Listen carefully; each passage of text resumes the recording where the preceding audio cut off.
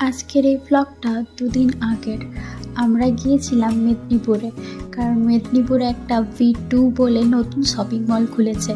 তো আমার ফ্রেন্ড বলল, চল না ঘুরে আসি, কী কী আছে একটু দেখে আসি, সামনেই পুজো, কিছু শপিংও করা যাবে। তো আমরা চলে গিয়েছিলাম সেই শপিং মল ঘুরতে, একটু আধটু কেনাকাটা করতে। এবার পৌঁছে গেলাম আমাদের প্রাণের শহর মেদিনীপুরে। এই যে এটা হলো V2 মল। এখানে সত্যি বলতে অনেক কালেকশন রয়েছে, তোমরা একবার যেয়ে দেখতে পারো। তো আমি এসে না এসে আয়না দেখতে পেয়ে নিজের হুলিয়াটা একটু ঠিক করে নিলাম। ওদিকে কিন্তু আমার বরের নিজের জন্য জিনিস দেখা শুরু হয়ে গেছে।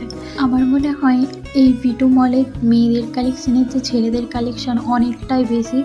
তো ছেলেদের প্রচুর প্রচুর প্রচুর কালেকশন রয়েছে, সব রকমের মডার্ন স্টাইলে টি শার্ট থেকে শুরু করে শার্ট। তো আমি কয়েকটা জামা ট্রাই করে দেখলাম, কিন্তু আমার অতটা খাস লাগছিল না। তো আমি নিজের জন্য কিছুই পছন্দ করতে পারিনি, আমি কিছুই নিইনি, আমার বরই নিয়েছে। যেহেতু মলটার এই ওপেনিং হয়েছে তো অনেক ডিসকাউন্ট দিচ্ছে, তো মোটামুটি কিছু জিনিস নেওয়া হলো। ওইদিকে আমার ফ্রেন্ডও জিনিস কিনলো। তারপরে আমরা বেরিয়ে পড়লাম। দুপুরে আমরা খাওয়া দাওয়া করার জন্য বিরিয়ানি মহলে চলে এলাম। এখানের খাবারগুলো সত্যি বলতে ভীষণ টেস্টি ছিল। এই যে আমার বর এখানে খাবার অর্ডার দিচ্ছে। খাবার আসা অবধি আমরা কিছু সেলফি ভিডিও নিয়ে নিলাম। এই যে এখানে আমরা চারজনেই, আর পুচকু আমাদের খেতে বসেছিল।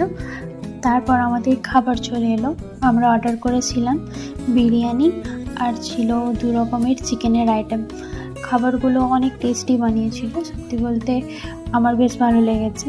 তো এখানে আমার বর পুচকুকে নিয়ে অনেক খেলা করছে। গুড়িয়া আমার কোলে আসেনি, কিন্তু আমার বরের কোলে বেশ ও মজা পেয়ে গেছে মনে হয়।